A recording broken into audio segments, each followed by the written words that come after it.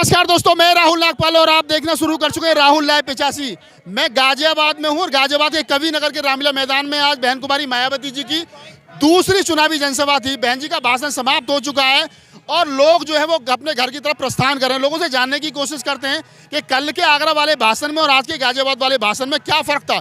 कुछ बेसिक मुद्दे, कुछ लोकल मुद्दे बहन जी ने उठाए। जाट शब्द का उन्होंने पहली बार प्रयोग कहा। उन्होंने कहा कि जाटों को ये याद होना चाहिए कि हमने अपनी सरकार में जाटों के बच्चों की नौकरी फ्री में लगाई थी। ये बड़ा मुद्दा है। हमारे साथ सीनियर सिटीजन है। सिंह साहब बताइए, आज जो बहन जी ने कहा क्या कुछ नया था, क्या कुछ पुराना था, क्या ये जो आज की स्पीच है इससे क्या समीकरण बनेंगे? देखिए, समीकरण बहुजन समाज पार्टी पूर्ण बहुमत में सरकार बना रही है।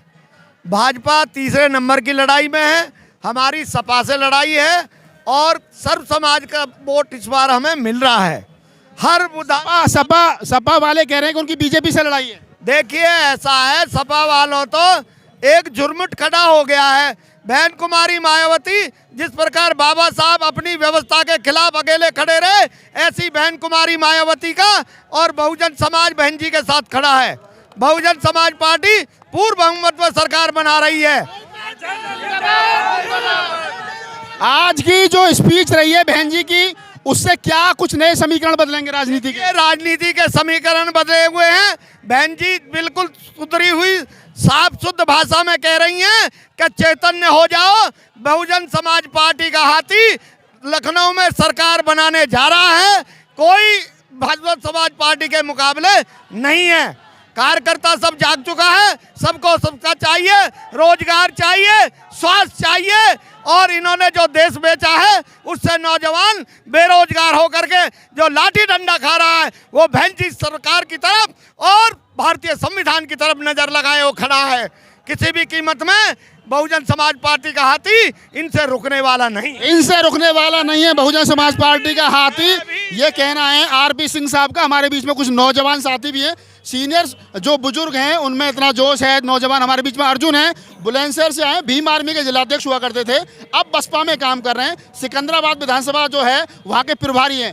अर्जुन, पहले तो अपनी विधानसभा के बारे में बताइए, क्या तैयारियां हैं, और दूसरा बताइए कि आज की जो बहन जी की स्पीच रही है इससे क्या ऊर्जा मिल रही है? देखिए, सिकंदराबाद विधानसभा देख रहे हैं हम, और सिकंदराबाद विधानसभा के जो बहुजन समाज पार्टी के जो प्रत्याशी हैं, बहन जी के आशीर्वाद प्राप्त किए हुए प्रत्याशी हैं भाई मनवीर गुर्जर जी, उनकी टक्कर में अभी तक कोई भी नहीं है। और मैं आपको बता दूं, सर्व समाज का साथ उन्हें मिल रहा है।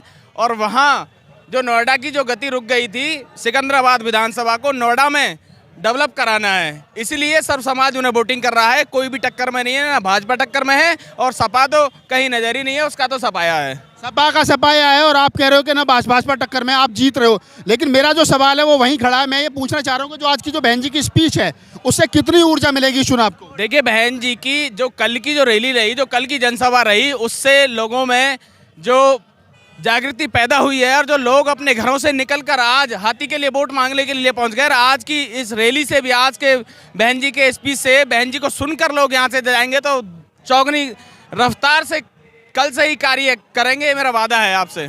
आप भीम आर्मी छोड़ करके आए हैं और अभी संगठन में काम कर रहे हैं, बसपा के संगठन में काम कर रहे हैं, बसपा के भीम आर्मी के जिला अध्यक्ष रहे थे। वो पुराने वाले लोग कितने साथी वहाँ रहेंगे, क्या सबके सब इधर आ गए? देखिए, जिस दिन से हमने भीम आर्मी को छोड़ा है, भीम आर्मी जनपद बुलंदशहर से खत्म नहीं और पूरे देश से खत्म हो चुकी है। भीम आर्मी को जिन्होंने पैदा किया उन्होंने भीम आर्मी को नस्तनाबूद कर दिया, उन्होंने खत्म कर दिया। चलिए, तो भीम आर्मी के जिला अध्यक्ष थे, बसपा में काम कर रहे हैं। हमारे साथ डिवाई विधानसभा से भी हैं, डिवाई विधानसभा के अध्यक्ष हैं। उनसे बातचीत करते हैं कि डिवाई विधानसभा जो है बड़ी हाई प्रोफाइल विधानसभा रही है, क्योंकि वहाँ पर कल्याण सिंह जी का गढ़ माना जाता है, लोध समाज का गढ़ माना जाता है। और वहाँ पर कल्याण सिंह जी के पुत्र जो हैं राजू भैया कई बार विधायक रहे हैं, बसपा के गुड्डू पंडित वहाँ से जीते हैं। इस बार वहाँ के क्या समीकरण है, बताइए महेश जी, आपकी विधानसभा का क्या हाल है? हमारी विधानसभा में सबसे पहले तो मैं बताना चाहूँगा कि हमारी विधानसभा से जीत करके मुख्यमंत्री भी बने हैं, स्वास्थ्य मंत्री भी बने हैं, लेकिन विधानसभा का हाल शिक्षा के मामले में या स्वास्थ्य या सड़कों के मामले में बहुत ज़्यादा दयनीय है। आज तीनों ही पार्टियों से लोधी समाज के ही प्रत्याशी लड़ रहे हैं। हमारा प्रत्याशी भारी बहुमत के साथ विजयी होगा। बहन कुमारी मायावती जी ने, बसपा ने पहली बार 2 प्रत्याशी जिले में लोध समाज के उतारे हैं। क्या जातीय समीकरण रहे होंगे आपकी सीट, क्योंकि लोध बाहुल सीट है, कितना लोध मिल रहा है आपको? हमारे लोधी जाति का अधिकांशतः वोट हमारी तरफ ट्रांसफ़र हो रहा है, क्योंकि हमारा दलित वोट प्लस लोधी वोट और मुस्लिम एवं ब्राह्मण वोट सभी मिलकर के इस बार डिवाई विधानसभा से हाथी के लिए भारी बहुमत से विजयी बना रहा है। विजयी बना रहा है। तो ये डिवाई विधानसभा का हाल है। मेरे साथ कुछ जो लोग आज की जो सरकार है जो मुकदमे लगा के जेल में डालने का काम कर रही है, तो बहन जी ने कहा कि उनके जो मुकदमे वापस ले जाएंगे। बहन जी ने किसानों के बारे में कहा, नौजवानों के बारे में किया। बहन जी ने कहा कि रोजगार दिया जाएगा। ऐसी कौन सी बात है जो बहन जी ने आज नहीं कही है। बहन जी की जब सरकार बनती है तो कानून के द्वारा कानून का राज होता है, ये सबको पता है। और हमें उम्मीद है कि 2022 में बहन कुमारी मायावती पूर्ण रूप से सरकार में आ रही हैं, और जब सरकार में आएंगी तो सबको न्याय मिलेगा, सबको शिक्षा मिलेगी। और बहन जी ने शिक्षा के बारे में बोला कि जो मेरी सरकार में, हाँ, जो मेरी सरकार में जीरो बैलेंस पर जो एडमिशन हुआ करते थे, सपा सरकार ने और बीजेपी सरकार ने उनको सबको चेंज कर दिया है। और बहन जी ने कहा कि गौतम बुद्ध नगर मैंने बनाया, गौतम बुद्ध के अंदर जो नगर है उसके अंदर जो गौतम बुद्ध यूनिवर्सिटी बनाई है तो वो बनाई है। मगर सपा सरकार ने तो जो बहुजन समाज पार्टी ने काम किए थे उनको बदलने का काम किया है। तो उससे क्या मतलब सपा ने जो नुकसान कहीं ना कहीं बहुजन समाज पार्टी को या बहुजन समाज के लोगों को पहुंचाया, वो याद दिलाने की कोशिश कहीं ना कहीं बहन जी ने की है। नहीं, बहन जी ने कहा कि जो अब अम्बेडकरवादी बन रहे हैं तो वो अम्बेडकरवाद भूल गए। 12-17 में जो अम्बेडकरवाद किया था उन्होंने, जो बहन जी ने काम किए थे उन सबको उल्टा कर दिया था। जो बहन जी ने प्रमोशन में रिजर्वेशन देने का काम किया था तो उन्होंने सबको डिमोशन करने का काम किया था। तो आज वो कह रहे हैं कि हम अम्बेडकरवादी तो झूठे अम्बेडकरवादी हैं। अगर सच्ची कोई बात करता है, अगर वादों की कोई बात करता है, बहन कुमारी मायावती जो कहती हैं वो करती हैं।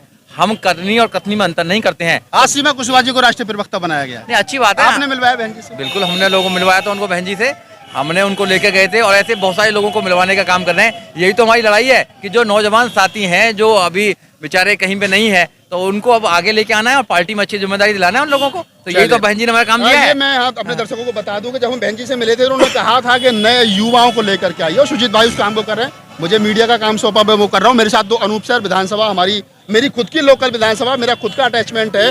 2 हमारे साथी हैं अनूप सर विधानसभा से, उनसे बात करेंगे। मेरा एक मतलब व्यक्तिगत भी अटैचमेंट है। जी। वहाँ पे रामेश्वर लोधी चुनाव लड़ रहे हैं। पहली बार लोध समाज के प्रत्याशी बसपा ने उतारा है। कैसी तैयारी क्या है?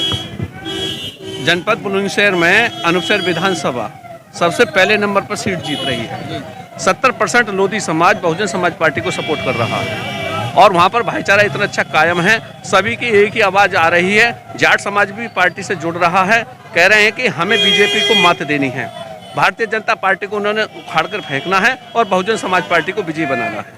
भारतीय जनता पार्टी को उखाड़ करके फेंकना है और बसपा को विजयी बनाना है। एक मेहमान के रूप में लाला राम जी हैं, जो डिस्ट्रिक्ट बुलंदशहर के अनूपसर विधानसभा क्षेत्र से चल करके आज इस रैली में पहुंचे। तो उनसे बात, लाला राम जी स्वागत है आपका।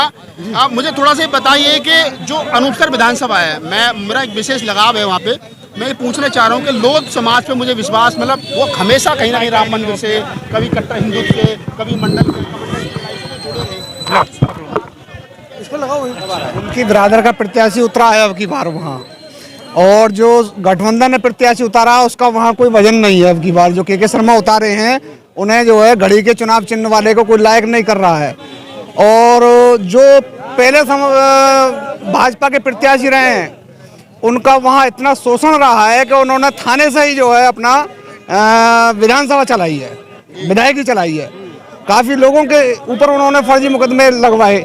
मैं भी प्रधानी के चुनाव में एक दिन पहले उन्होंने उठवाकर भीतर रखवा दिया, चुनाव से एक दिन पहले। और डिस्ट्रिक्ट की अगर कोई एक विधानसभा सबसे पहले जीती जाएगी वो अनूपसर होगी। कितनी सच्चाई है उसमें? 100 में 100% सच्चाई है। 80-85% एलआर रामेश्वर लोधी जी के साथ हो गया है। 80%। और चौधरी बिरादर भी काफी तादाद में। अब मेरा एक सवाल है, मेरा सवाल ये है कि जो पूर्व विधायक थे चौधरी गजेंद्र सिंह, उन्होंने बसपा छोड़ी जी, आरएलडी में चले गए जी, गठबंधन एनसीपी के खाते में चली जी। गई। उनका क्या है? जाट राजनीति अनुसार हाशिए पे चली गई। क्या मतलब वहाँ का जाट मायूस है, या बसपा के साथ जुड़ रहा है, या बीजेपी के साथ जा रहा है, कहाँ जा रहा है? एक तरीके से वहाँ का जाट जो है जो बीजेपी को हराएगा उसके साथ जाएगा। और बीजेपी को हराने के लिए आज रामेश्वर लोधी हैं बहुजन समाज पार्टी के प्रत्याशी। जाट उनके साथ बहुत बड़ी तादाद में उनके साथ है। जाट जो है वो उनके साथ, हाँ, बहुत बड़ी तादाद में। सर काफी लंबा हो गया। एक चीज बताइए सर, यदि बीजेपी ने विकास किया होता तो गृह मंत्री, देश के गृह मंत्री डोर टू डोर जाके क्या वोट मांगते? आप तुम बताइए, बीजेपी विकास बोलता है। आज बहन जी तो डोर टू डोर नहीं गई। आज मैं कह रहा हूँ बहन जी की दूसरी रैली है, और बन जाएगा जन सैलाब। आप देख लीजिए। हाँ, ये हो गई है कि आज अमित शाह भी हैं और सांसद राजू भैया भी वहाँ घूम रहे हैं और योगी जी का भी प्रोग्राम वहाँ लगाया जा रहा है। हाँ, वो सीट इतनी हार्ड हो गई है रामेश्वर लोधी जी को आने के बाद में कि ये सारे बीजेपी के लोग बौखला गए हैं, घर घर जाकर के ये वोट मांगने का काम कर रहे हैं। बताइए, गृह मंत्री, देश का गृह मंत्री काम कर रहे हैं जनपद बुलंदशहर में बुलंदशहर की एक हाई प्रोफाइल सीट, मतलब जहाँ गृह मंत्री वोट मांग रहे हो, जहाँ क्या नाम है सांसद वोट मांग रहे हो, जहाँ और वो तमाम लोग वोट मांग रहे हो, जिनको ये कहा जा सकता है कि जो ये सीट